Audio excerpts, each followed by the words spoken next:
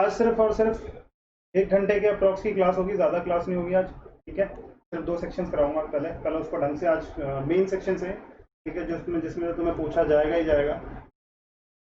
Main तो वैसे सारे ही हैं, लेकिन इसमें से मैं ये बोल रहा हूँ कि ये थोड़ा सा ज़्यादा है, लेंदी है, बाकी कंपैरेटिवली बहुत ही कम है, ठीक है। चलो, चैप्टर कौन से चैप्टर में दिया हुआ? इनकम टैक्स के अंडर में कौन से चैप्टर में? चैप्टर 6A कंटेन्स करता है क्या? Deduction, eighty C to eighty U. किसमें से देते हैं इसको? सर ग्रॉस टोटल इनकम में से डिडक्शन मिलती है टू कंप्यूट टोटल इनकम, ठीक है। No gross total income, there is no gross total income और देयर इज नो डिडक्शन। अगर ग्रॉस टोटल इनकम ही नहीं हुआ, मान लो ग्रॉस टोटल इनकम सर हमारा 0 हो गया, ग्रॉस टोटल इनकम कितना है सर? निल, या फिर नेगेटिव आ गया। नेगेटिव आ सकता है क्या? यस सर नेगेटिव आ सकता है, क्योंकि हाउस प्रॉपर्टी की इनकम नेगेटिव हमने देखी, याद आ रहा है? पीजीबीपी का लॉस भी होता है, ठीक है। लेकिन मैं यहाँ पे क्या कह रहा हूँ कि सर उसको निल ही लेते हैं, ठीक है। निल है तो क्या होगा? क्या एटीसी टू एटीयू अलाउड होगा? नहीं सर, अलाउ नहीं होगा, ठीक है। आगे, it is allowed to be deducted from normal income. किस में से अलाउ किया जाता है ये? नॉर्मल इनकम में से या फिर स्पेशल इनकम में से? सर नॉर्मल इनकम में से। क्या उसको 112 में से, जो section 112 long term capital gain, इसमें से डिडक्शन मिलेगी क्या? नहीं। इसमें से डिडक्शन मिलेगी क्या? 112A में से? नहीं सर, इसमें से भी नहीं मिलेगी। सर 112(111A) इसमें से मिलेगी क्या? नहीं सर, इसमें से भी नहीं मिलेगी। और 58(4) जिसको कैजुअल इनकम बोलते हैं, winning from the lottery and race, sir इससे क्या हमें डिडक्शन मिलती है? नहीं सर, इस पर कोई भी डिडक्शन नहीं मिलेगी। इन इनकम को छोड़कर जो भी हमारा इनकम बच जाता है, which is called normal income, उससे हमें एटीसी टू एटीयू का डिडक्शन मिल जाएगा, ठीक है। अगर मान लो 5 लाख रुपए है हमारा जीटीआई, डिडक्शन कितना मिलेगा मैक्सिमम? एटीसी टू एटीयू के लिए बताओ डिडक्शन कितना मिलेगा? सर डिडक्शन निल मिलेगा। निल मिलेगा या 5 लाख तक मिलेगा? सर 5 लाख तक मिलेगा, ठीक है। क्या 10 लाख तक का यहाँ पे डिडक्शन मिल सकता है अगर मैंने 10 लाख तक की इन्वेस्टमेंट की हुई तो? नहीं सर। डिडक्शन है क्या? देखो गवर्नमेंट क्या कहती है, गवर्नमेंट कहती है कि आपने पैसा कमाया, ठीक है, तो हम आपको टैक्सेबल कर रहे हैं, ठीक है, whether it is under the salary head, ठीक है।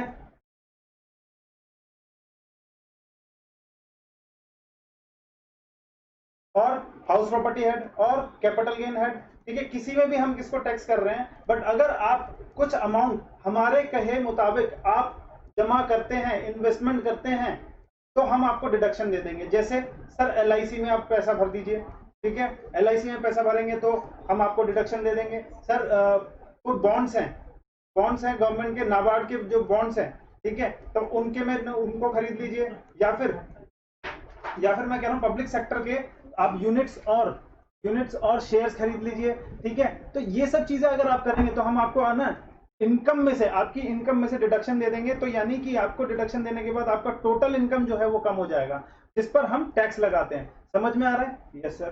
चलो आ जाओ, सबसे पहले यहाँ पे पढ़ना चालू करेंगे सबसे पहले, ठीक है। अच्छा, डिडक्शन मिलेगा कब? सर जब असेसी इसको क्लेम करेगा।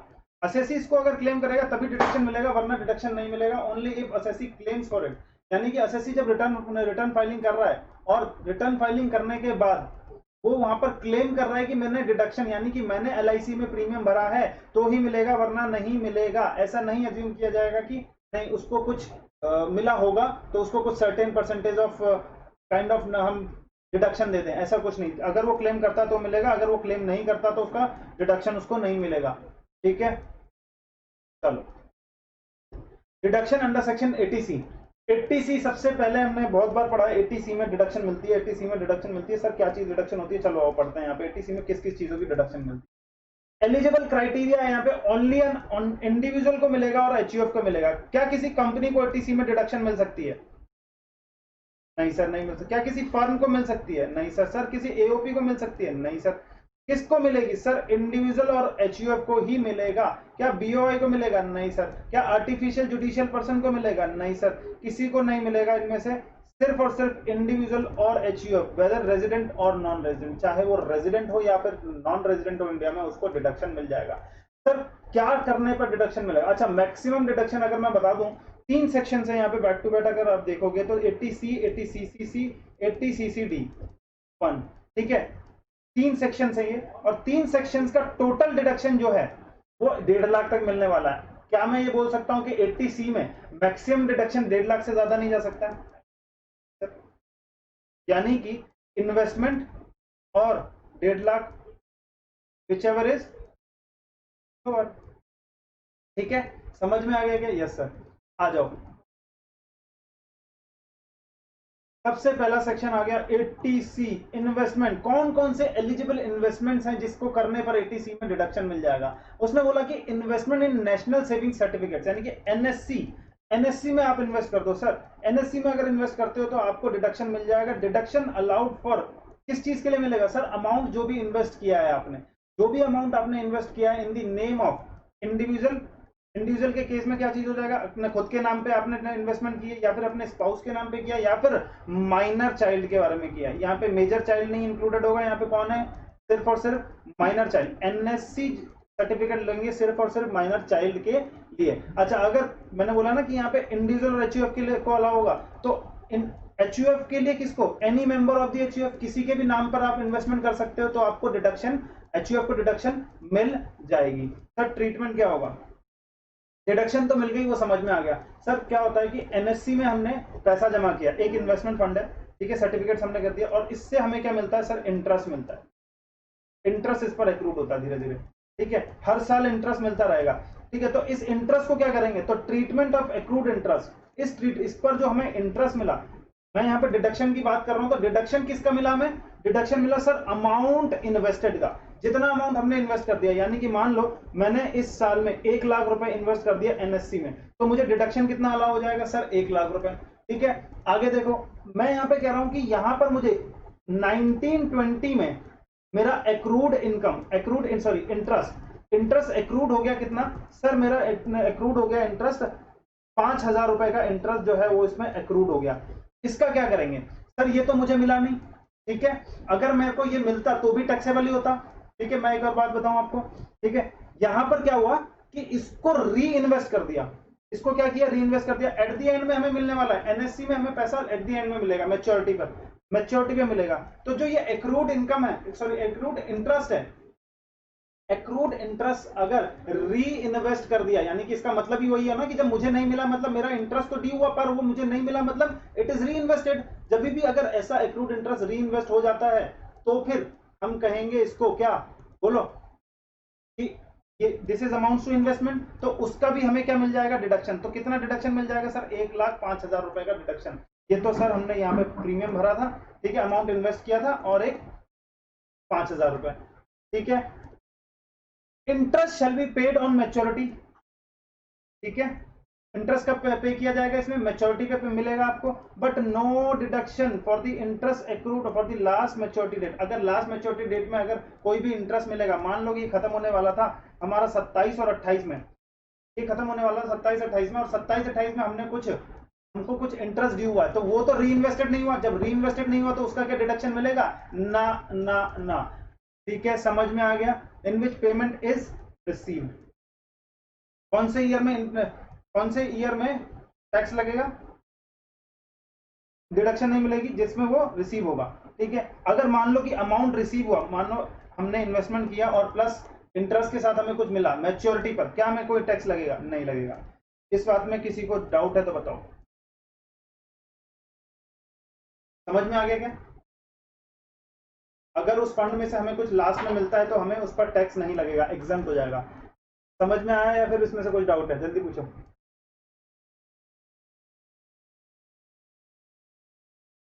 सब समझ में आ गया, चलो। कंट्रीब्यूशन किया हमने, दूसरा कंट्रीब्यूशन की बात कर रहा हूं, पब्लिक प्रोविडेंट फंड में, towards the public provident fund. PPF में हमने पैसा डाला सर, पीपीएफ में पैसा डाला, पीपीएफ एनएससी में पैसा डाल दिया था, पीपीएफ में पैसा डाला। पीपीएफ में पैसा डाला तो डिडक्शन कितना सर? अमाउंट इन्वेस्टेड का डिडक्शन मिल जाएगा किसको मिलेगा? इंडिविजुअल के केस में सर अगर इंडिविजुअल के नाम पे किया या फिर स्पाउस के नाम पे किया या फिर चाइल्ड के नाम पे, किसी भी चाइल्ड के नाम पे, मेजर और माइनर यहाँ पे कोई भी चलेगा, ठीक है। पब्लिक प्रोविडेंट फंड में पैसा जमा किया है, ठीक है, तो आपको डिडक्शन मिल जाएगा एटीसी का। अच्छा, एचयूएफ के केस में any member of HUF contribution must not be in form of repayment of loan. ये ऐसा कुछ नहीं होना चाहिए कि ये जो कंट्रीब्यूशन दे रहे हो ये लोन का रीपेमेंट है। अगर लोन का रीपेमेंट है ना तो इसको फिर हम ऐसा मत बोलना कि भाई पब्लिक प्रोविडेंट फंड से आपने कुछ लोन उठाया था और आपने उसका रीपेमेंट किया है, तो वो उसका उस चीज का आपको डिडक्शन नहीं मिलेगा कभी भी। समझ में आ रहा है क्या बोल रहा हूं मैं? जैसे पब्लिक प्रोविडेंट फंड है, अब फंड में से आपने कुछ लोन पे पैसा उठा लिया, अब लोन पे पैसा उठा लिया, अब इसमें कंट्रीब्यूट दोबारा कर रहे हो just to repay that loan. समझ में आ रहा है? Yes sir. तो उसको नहीं इंक्लूड किया जाएगा, उसको नहीं इंक्लूड किया जाएगा डिडक्शन में आपकी। सर इंटरेस्ट इज टैक्सेबल, इस पे अगर आपको कुछ भी इंटरेस्ट मिलता है वो टैक्सेबल हो जाएगा, ठीक है, एंड डिडक्शन उसका नहीं मिलेगा। इंटरेस्ट का कोई भी डिडक्शन आपको नहीं मिलेगा। जैसे ऊपर इंटरेस्ट का डिडक्शन मिलता था ना एनएससी में, यहां पर आपको इंटरेस्ट का कोई भी डिडक्शन नहीं मिलेगा। अच्छा, अमाउंट एंड इंटरेस्ट अगर आपको मैच्योरिटी पे मिल रहा है तो वो exempt from the income tax होगा। अच्छा एक बात बोलो, सिंपली है, सिंपली मैं अगर जनरली रूल बताऊं आपको, कुछ कुछ होगा जिसमें इंटरेस्ट को एग्जेम्प्ट किया होगा, वरना always and always interest amount जो होता है वो टैक्सेबल होता है, ठीक है। समझ में आ रहा है क्या बोल रहा हूं? कुछ कुछ होगा जिसमें जनरली क्या, इन जनरल क्या होता है, इंटरेस्ट अमाउंट जो हमें मिलता है वो टैक्सेबल रहता है, ठीक है, लेकिन कुछ कुछ में बताया होगा कि वो इंटरेस्ट अमाउंट भी क्या होगा, इंटरेस्ट अमाउंट का भी डिडक्शन देंगे वो, ठीक है, और वो एग्जेम्प्ट रहेगा। ये वाला, इस वाले में केस में क्या था, एक्रूड इंटरेस्ट था, ये तो मतलब this is amounts to reinvestment, दोबारा री इन्वेस्टमेंट ही हो गया ना मेरा, मतलब मेरा पैसा मेरे को नहीं मिला, मतलब क्या री इन्वेस्टेड, तो इसीलिए वहां पे मिल गया था। बात यहाँ तक क्लियरली समझ में आ रही है पब्लिक प्रोविडेंट फंड की? सिंपली हमें सर क्या ये सारी चीजें याद रखनी, देखो अभी तो हम पढ़ते वक्त सारा गो थ्रू कर रहे हैं, सीधा सीधा बाद में जब आप दो क्वेश्चंस हैंडल करने लग जाओगे तो आपको सिर्फ सिंपल सिंपल क्या याद रखना पड़ेगा, ये याद रखना पड़ेगा कि एनएससी में पैसा जमा करने पे मिलता है, ठीक है, और री इन्वेस्टमेंट में पैसा जमा करने पे हमें री इन्वेस्टेड अगर हमारा कुछ मिल जाएगा, हो जाएगा, तो उसका डिडक्शन मिलेगा, ठीक है। फिर उसके बाद पब्लिक प्रोविडेंट फंड, उसका डिडक्शन मिलेगा। समझ में आ रहा है? Yes sir. आ जाओ, ये थोड़ा सा बात ध्यान रखने वाली चीज हो जाती है कि यहाँ पर चाइल्ड के लिए भी, चाहे वो मेजर हो माइनर हो, वो आ जाएगा। अच्छा, नेक्स्ट एलिजिबल इन्वेस्टमेंट कौन सी है? नेक्स्ट एलिजिबल इन्वेस्टमेंट है फिक्स डिपॉजिट फॉर 5 years और मोर। 5 साल और उससे ज्यादा के लिए मैंने क्या किया है, फिक्स डिपॉजिट कर दिया है। किस में सर? किसी शेड्यूल्ड बैंक में। ऐसा नहीं कोई से भी नॉन शेड्यूल्ड बैंक में मैंने पैसा जमा कर दिया। शेड्यूल होगा, एक शेड्यूल होगा, गवर्नमेंट का शेड्यूल्स है, उसमें बैंक लिस्टेड होंगी, उनमें अगर मैंने फिक्स डिपॉजिट किया है तो मुझे एटीसी का डिडक्शन मिल जाएगा। कितने का डिडक्शन मिलेगा सर? जितना अमाउंट मैंने उसमें डाला है फिक्स डिपॉजिट में, उतने का अमाउंट मिल जाएगा। Only in his own name. अगर मैंने सन के नाम पे, मैंने अपने सन के नाम पे फिक्स डिपॉजिट करा दिया तो क्या मुझे डिडक्शन एटीसी में मिलेगा? नहीं सर, मेरे को डिडक्शन एटीसी में नहीं मिलेगा। किसके नाम पे मिलेगा? सर मैंने अपने नाम पे कराया होगा तो ही मिलेगा। अच्छा, एचयूएफ ने किसी मेंबर के नाम पे कराया तो मिल जाएगा क्या? Yes sir. अच्छा, such term deposit scheme, such term deposit scheme shall be framed and notified by central government,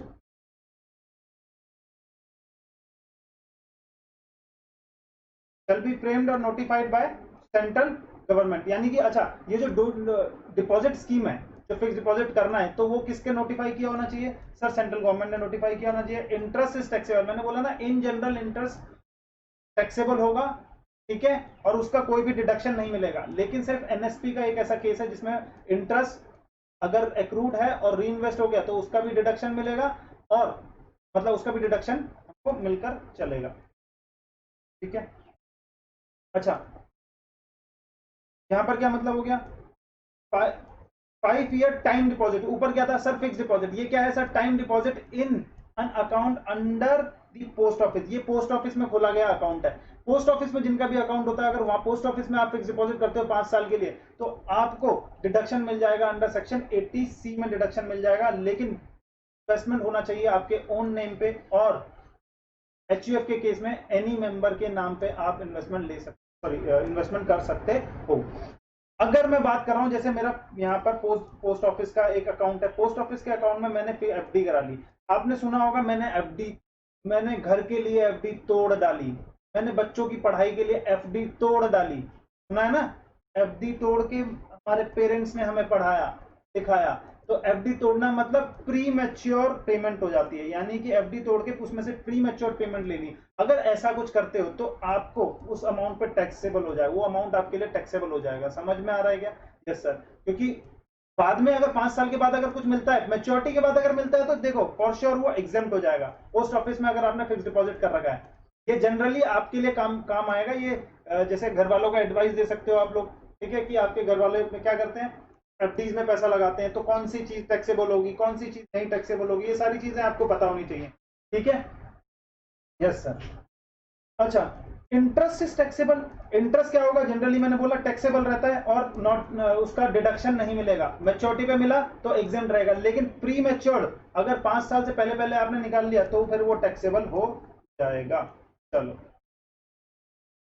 next eligible कौन सा हो गया sir, any payment for purchase of construction of residential house property. मान लो कि आपने, मैंने बोला था कि रेजिडेंशियल हाउस प्रॉपर्टी आपने परचेज की है कुछ, और रेजिडेंशियल हाउस प्रॉपर्टी से जो इनकम आ रही है वो कहां पे टैक्स होती है sir, income from the house property. अरे बोलो, यही होता है या नहीं होता? बोलो। Yes sir.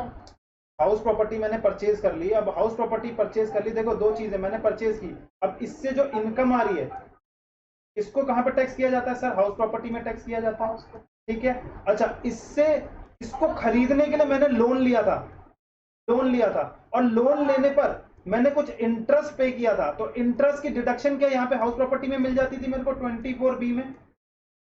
याद आ रहा हो तो कुछ बोलो। याद आ रहा है? अच्छा, इंटरेस्ट की डिडक्शन वहां मिल जाती थी सर।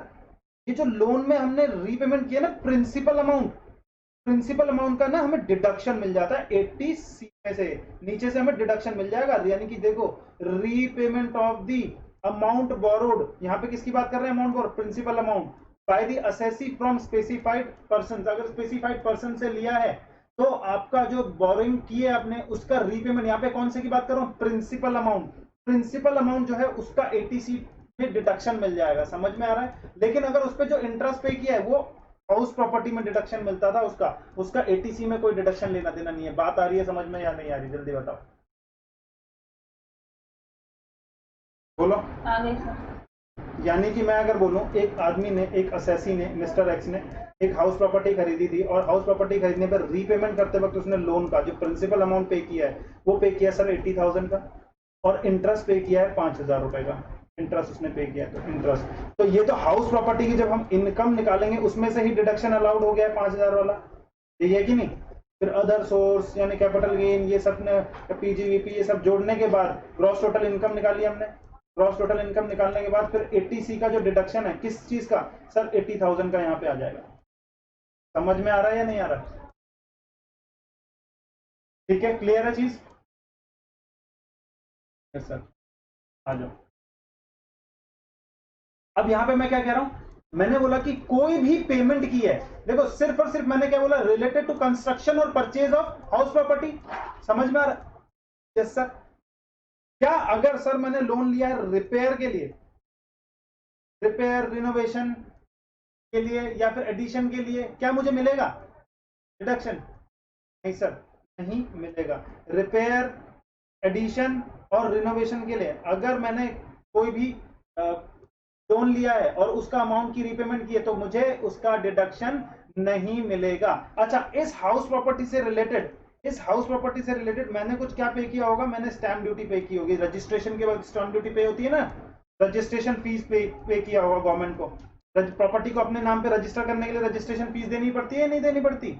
यस। और अदर एक्सपेंसेस जो क्या नाम है, मैंने क्या किए होंगे, इसको कागजात बनाए होंगे, किसी की स्टैंपिंग ली होगी, किसी की वो ली होगी, तो सारी चीजों का क्या हो गया, खर्चा होता है सर। उसका खर्चा भी क्या अलाउ होगा? यस सर, उसका खर्चा भी अलाउ हो जाएगा 80C के अंडर में। यानी स्टैंप ड्यूटी और क्या है, registration fees, other expenditure, other expenses for the purpose of transfer of such property to the assessee. Assessee के नाम पर ट्रांसफर, असेसी ने ट्रांसफर नहीं, असेसी के नाम पर ट्रांसफर करने पर। समझ में आ रहा है? उसने स्टैम्प ड्यूटी वैल्यू वगैरह दिया होगा अपने नाम पर रजिस्ट्रेशन करने के लिए, तो उसको ये खर्चे अलाउ हो जाएंगे 80C में। या फिर मैंने आपको बताया था कैपिटल गेन पढ़ते वक्त, हमने बताया था कोई कंपनी और कंपनी होती है और क्या होती है, कोऑपरेटिव सोसाइटीज। ठीक है, वो क्या करती है, आप उसके मेंबर होते हैं, अब उसके एक मेंबर ने क्या बेच दिया, घर भेज दिया, और घर भेज दिया तो वो वाला जो है वो कंपनी को पेमेंट करता है बंदा। सर नहीं समझ में आया क्या बोला। कैपिटल गेन में हमने एक बात पढ़ी थी कि कंपनी या फिर कोऑपरेटिव सोसाइटी होती थी जिसमें से कुछ मेंबर होते थे। अब ये मेंबर ने मिलके ये सारी चीजें बना ली, यानी कि यहाँ पर ये हाउस प्रॉपर्टी की इंजॉयमेंट हो रही है। हाउस प्रॉपर्टी की इंजॉयमेंट कौन करेगा सर? इसको एक फ्लैट दे दिया, इसको फ्लैट दे दिया, इसको फ्लैट, इनको फ्लैट, इनको फ्लैट, इनको फ्लैट। और ये किसके अंडर में फ्लैट्स हैं सर? ये कंपनी और किसके अंडर में है बताओ? इसके। तो ये मेंबर होता था, बताया था ना वहां पे कि मेंबर ने अगर अपना घर बेचना है तो उसको भी हम ट्रांसफर मानते थे। मेंबर ने अपना घर बेच दिया किसी दूसरे मेंबर को, और ये वाला मेंबर बंदा यहाँ पर आके मेंबर बन जाएगा, ये हट जाएगा। होगा नहीं होगा? ठीक है, तो ये घर इसने बेच दिया तो ये पेमेंट किसको करेगा सर? पेमेंट तो कंपनी को करेगा ना। अच्छा, ये पेमेंट अगर कंपनी को कर रहा है इन इंस्टॉलमेंट, इंस्टॉलमेंट में इसको कुछ पेमेंट कर रहा है, तो बात सिंपल वही हो गई ना कि घर खरीदने के लिए तो मैं इंस्टॉलमेंट दे रहा हूं। अरे बोलो बोलो, बात वही हो गई ना। तो घर खरीदने के लिए तो क्या इसका भी डिडक्शन मिलेगा सर? यस सर, इसका अगर ऐसा केस होगा तो भी इसका डिडक्शन मिल जाएगा। समझ में आ रहा है? Yes sir. अच्छा, सिमिलर केस, सिमिलर केस क्या है? एनी इंस्टॉलमेंट ड्यू कर रखा है फॉर सेल्फ फाइनेंसिंग, अपने से ड्यू, सेल्फ फाइनेंसिंग और other scheme of any development authority, housing board or any other authority engaged in the construction and sale of property on ownership basis। जैसे हमारा क्या हो गया, डीडीए, डीडीए यही करता है ना, सेल कर देता है ऑनरशिप बेसिस पे, और उसको इंस्टॉलमेंट देते रहते हैं। कभी आता है कि हमारे को घर लगा, किसका? डीडीए का घर लगा, ठीक है, हम उसको इंस्टॉलमेंट पे करते रहते हैं, धीरे धीरे धीरे धीरे वो घर अपना हो जाता है। तो वो जो इंस्टॉलमेंट पे करते हो, क्या उसका भी डिडक्शन मिलेगा? यस सर, उसका भी डिडक्शन मिल जाएगा। बात आ गई। यानी सिंपल टर्म्स में क्या बोला, घर खरीदने के लिए कोई भी पेमेंट आपने प्रिंसिपल का किया तो क्या आपको एटीसी में डिडक्शन मिल जाएगा? Yes sir. इंटरेस्ट का किया तो सर वो तो हमें हाउस प्रॉपर्टी में से डिडक्शन मिलता था। सर स्टैंप ड्यूटी वैल्यू और उसको रजिस्टर करने के लिए अपने पास कोई भी खर्चा किया तो उसका भी डिडक्शन हमको मिल जाएगा। लेकिन अगर आपने इस सेक्शन में डिडक्शन ले ली तो जो घर आपने कंस्ट्रक्ट किया है या फिर परचेज किया है उसको 5 साल तक आप नहीं बेच सकते from the end of the year in which deduction has been taken. जिस साल में आपने डिडक्शन लिया है उसके अगले साल से 5 साल तक आप उसको नहीं बेच सकते। अगर आपने ऐसा कुछ किया, अगर आपने 5 साल के अंदर अंदर बेच दिया तो आपको जितनी भी डिडक्शन दी गई थी सब विड्रॉ कर ली जाएगी और उस ईयर की इनकम बना दी जाएगी जिस ईयर में आपको डिडक्शन मिली। बात आ गई समझ में या नहीं आई? आ गई।